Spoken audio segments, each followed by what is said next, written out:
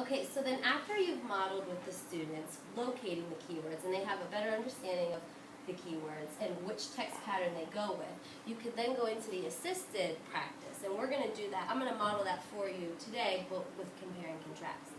So looking at your signal words, with the students, you're going to have to, because it's compare and contrast, they're going to have to differentiate between the words and deciding whether those words mean compare or if those words mean to contrast. So you may want to go over with them, well, what does compare mean? Like we've talked about compare and contrast in the past. Does anybody remember what we mean when we say compare two things? Yes. Do you guys remember? I remember. Okay, do you remember what it means? When you're talking about things that are alike. Okay, good. So we might want to put like a little keyword up here, alike. And do you remember what contrast means? Yes. It means when you're comparing two things that are different. All right, so different. And I'm sure those are signal words already. But all right, so then we can go through the list of signal words. Do you want to choose a word and see if you can figure out if that word means alike or if that word means different?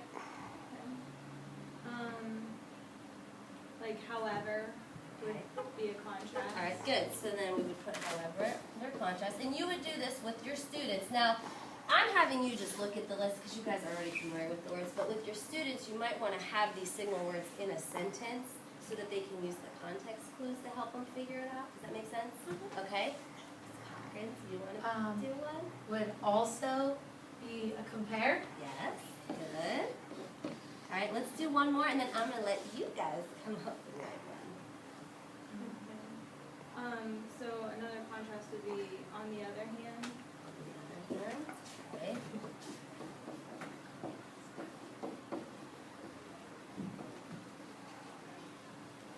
All right. You want to do one? Sure.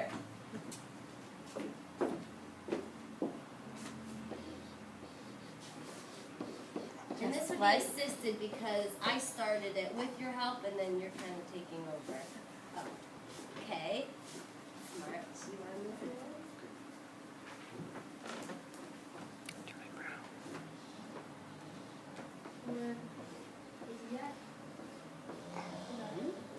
All right, good job. So then you would go through the whole list of signal words, you know, differentiating between what the words actually mean. And that would just be with the compare and contrast.